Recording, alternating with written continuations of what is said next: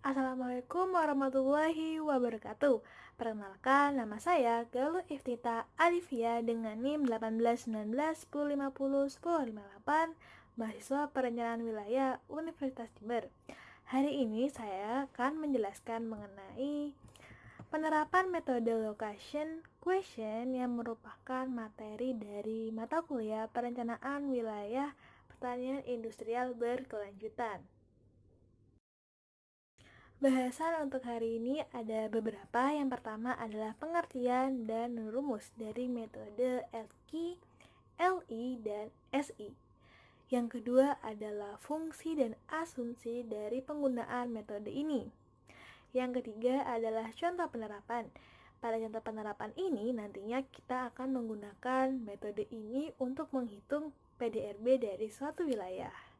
Dan yang terakhir, kaitannya metode ini dengan perencanaan pertanian industrial.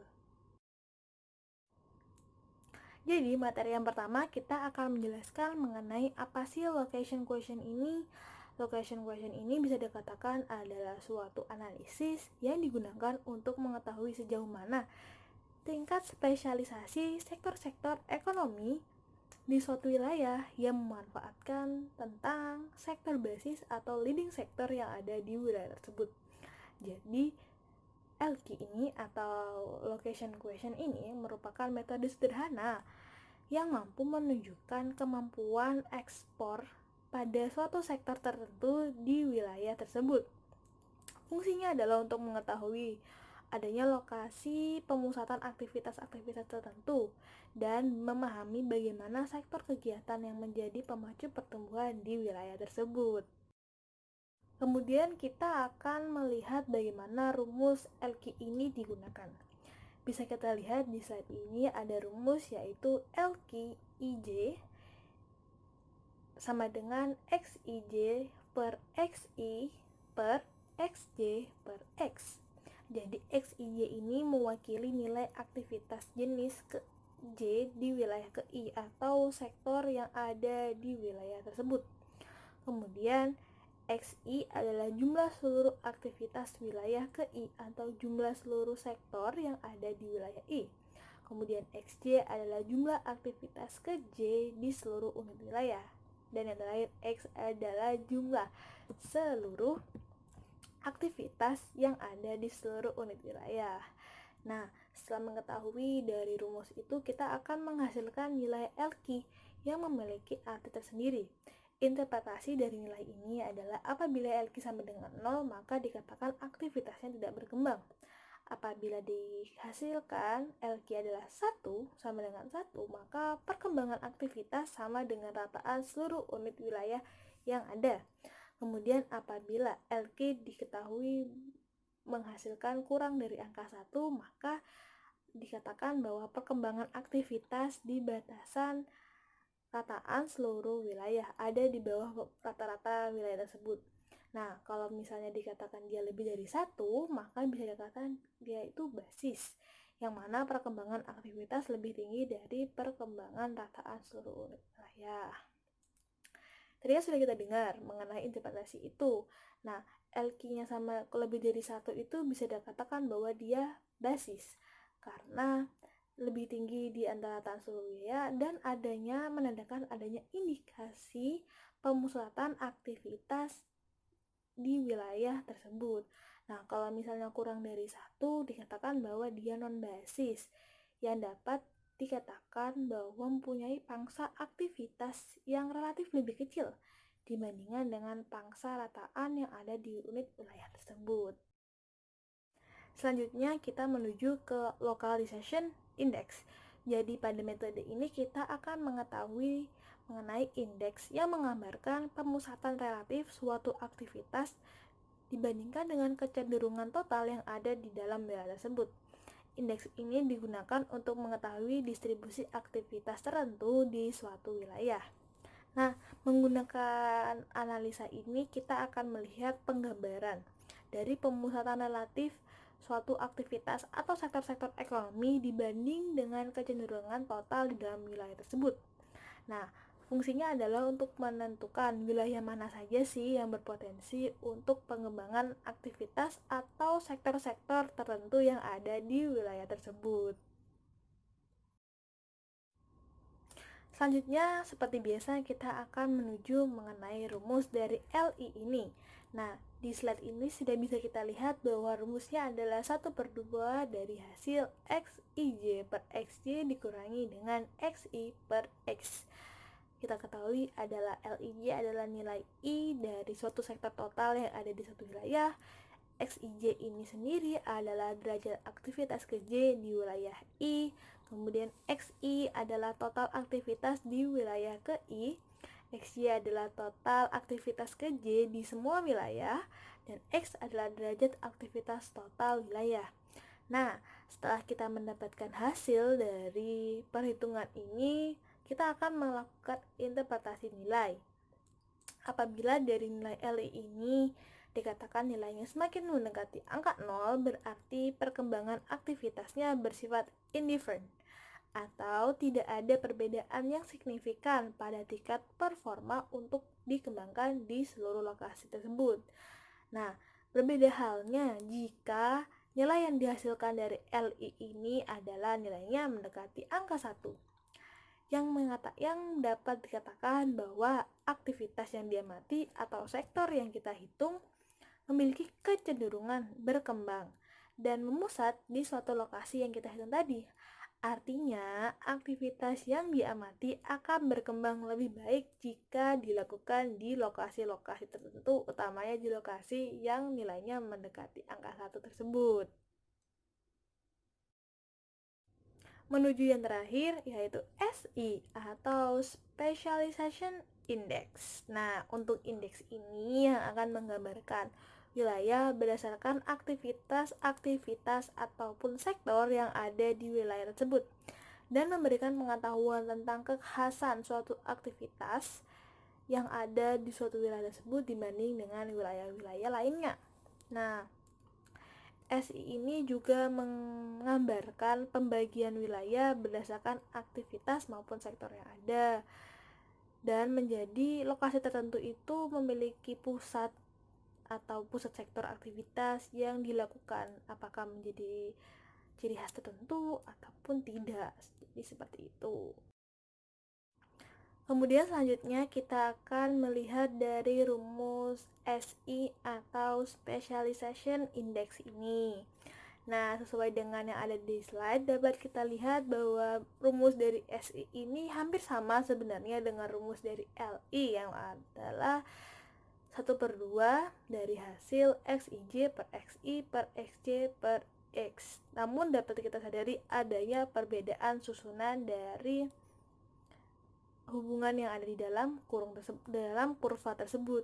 Nah, apa sih yang beda sebenarnya dari LI ini? Kita lihat yang pertama.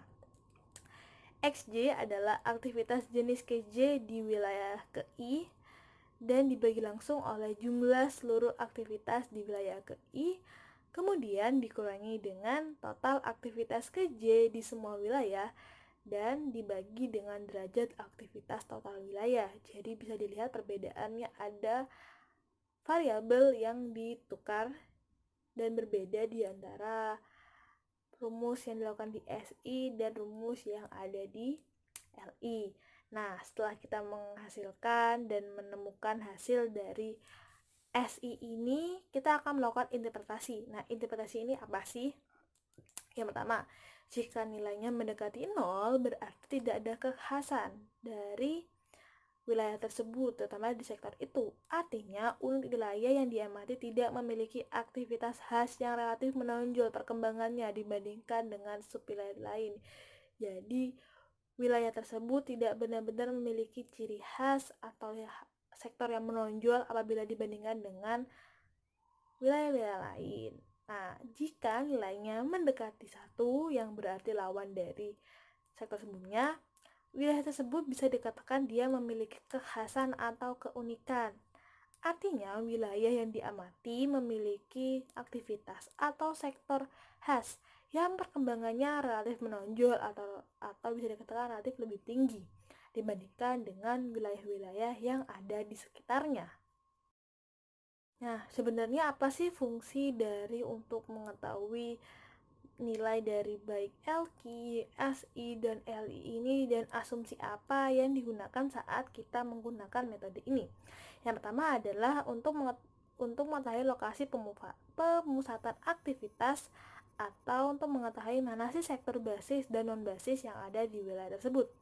Yang kedua, untuk mengetahui kapasitas sektor perekonomian yang ada di suatu wilayah dan mengetahui tingkat kecukupan barang dan jasa dari produksi lokal yang ada di suatu wilayah untuk memenuhi kebutuhan yang ada di wilayah tersebut. Nah, asumsinya dapat kita lihat adalah kondisi geografis unit wilayah yang ada di wilayah tersebut dianggap sebagai seragam. Kemudian, pola aktivitas antar unit-unit wilayah dianggap seragam. Kemudian seluruh aktivitas menghasilkan suatu produk yang dianggap sama. Nah, setelah kita mengetahui mengenai dasar-dasar dan pengertian baik rumus maupun fungsi, kita akan beralih dengan bagaimana sih sebenarnya cara untuk mengaplikasikan metode location question ini. Nah, selain dari rumus-rumus tadi, kita ada beberapa tahapan sebelumnya. Tahapan yang dilakukan untuk menggunakan metode ini yang pertama adalah menyiapkan data perhitungan pemasukan pada suatu wilayah berdasarkan sektor dan subunit wilayahnya. Kemudian, aplikasikan rumus perhitungan pada setiap sektor dan setiap unit wilayah. Yang ketiga, lakukan interpretasi pada tiap sektor di wilayah tersebut. Nah, sekarang kita akan mencoba untuk mengaplikasikan metode LQ ini ke suatu perhitungan. Kali ini kita akan menggunakan data PDRB di Kota Denpasar yang pada tahun 2019. Diketahui bahwa ada 4 kecamatan yang ada di Kota Denpasar, yaitu Denpasar Utara, Selatan, Barat, dan Timur. Kali ini saya akan memberikan contoh 4 sektor untuk menyesuaikan dengan materi hari ini, yaitu pertanian industrial. Nah, 3 sektor yang akan kita bahas kali ini adalah pertanian, industri, dan perdagangan jasa.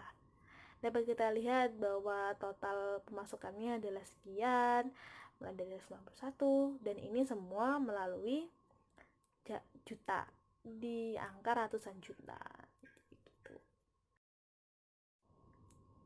Jadi materi yang pertama kita akan menjelaskan mengenai apa sih location question ini. Location question ini bisa dikatakan adalah suatu analisis yang digunakan untuk mengetahui sejauh mana tingkat spesialisasi sektor-sektor ekonomi di suatu wilayah yang memanfaatkan tentang sektor basis atau leading sektor yang ada di wilayah tersebut. Jadi LQ ini atau location question ini merupakan metode sederhana yang mampu menunjukkan kemampuan ekspor pada suatu sektor tertentu di wilayah tersebut. Fungsinya adalah untuk mengetahui adanya lokasi pemusatan aktivitas-aktivitas tertentu dan memahami bagaimana sektor kegiatan yang menjadi pemacu pertumbuhan di wilayah tersebut.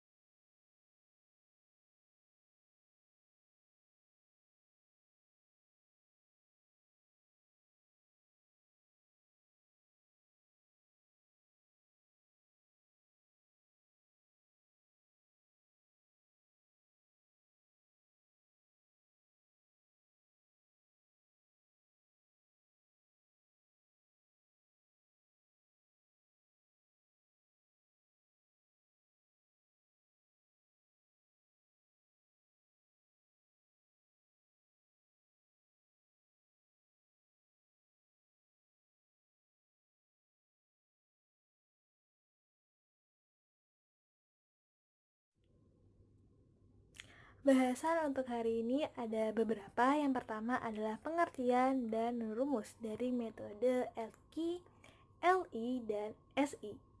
Yang kedua adalah fungsi dan asumsi dari penggunaan metode ini.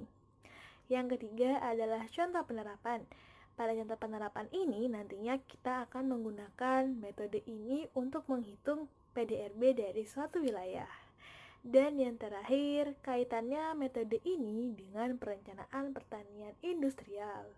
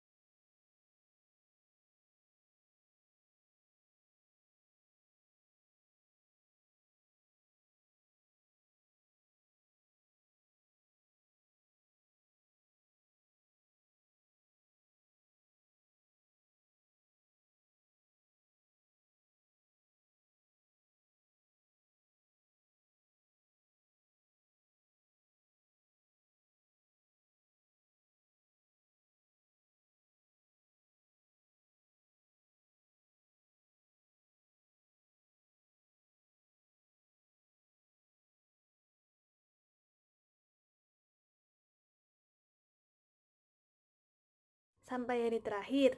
Nah, saat ini kita akan menggunakan perhitungan SI. Sesuai dengan rumus yang sudah saya jelaskan sebelumnya, dengan cara yang sama kita aplikasikan rumus SI yang tadi ada ke dalam aplikasi Microsoft Excel. Nah, melalui Microsoft Excel ini kita gunakan rumus yang hampir sama, yaitu 1/2 bintang dalam kurung C5 per F5 min C9 per F9. Yang dikunci adalah pada kolom F5, C9, dan F9. Sama untuk rumus ini untuk digunakan pada sektor pertanian yang ada di Denpasar Utara.